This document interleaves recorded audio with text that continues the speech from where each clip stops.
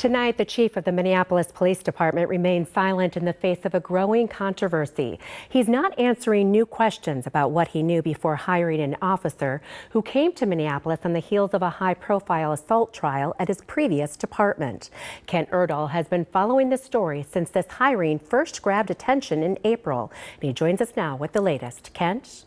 Yeah, Carla, MPD Chief Brian O'Hara told me personally back in April that he was calling for an investigation into how Officer Tyler Timberlake was hired, especially since information about the case against Timberlake at the time was easy to find with a simple Google search. But new information suggests O'Hara played a key role in that hiring and knew more than he was letting on. But so far, instead of an explanation, we've been given a no comment. Public outcry in response to this video in June of 2020 Is he wanted? led to assault and battery charges against Officer Tyler Timberlake in Fairfax County, Virginia.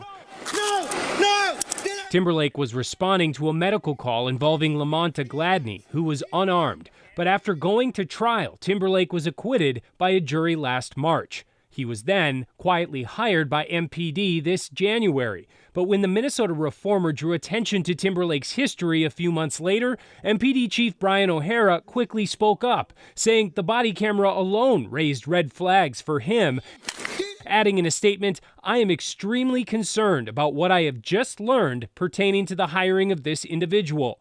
He then called for a thorough investigation.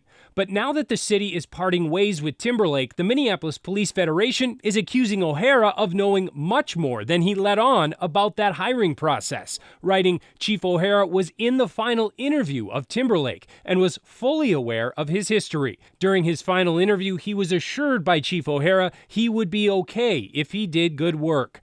This is clearly not the case. Timberlake himself appears to echo those claims in emails recently shared by Crime Watch Minneapolis social media accounts and verified by KARE 11 through multiple sources. In one message sent on May 15th to Chief O'Hara, Mayor Jacob Fry, and other leaders, Timberlake writes, "Chief O'Hara found it easier to defame me than to own the truth, which will show that he interviewed me and approved of my hire after a full disclosure of events." In the other message sent to a Minneapolis official months before he was hired, Timberlake details the date of his arrest in Virginia and outlines his employment history before, during, and after his trial and acquittal. Now, we have tried multiple times to get Chief O'Hara to respond to these claims, but a police spokesperson told me today that despite Timberlake's departure, the investigation into his hiring process is still ongoing and that he would not be offering any further comment until that's finished. I also reached out to Mayor Jacob Fry since he's also included in that May email. He is also refusing to comment. Carla.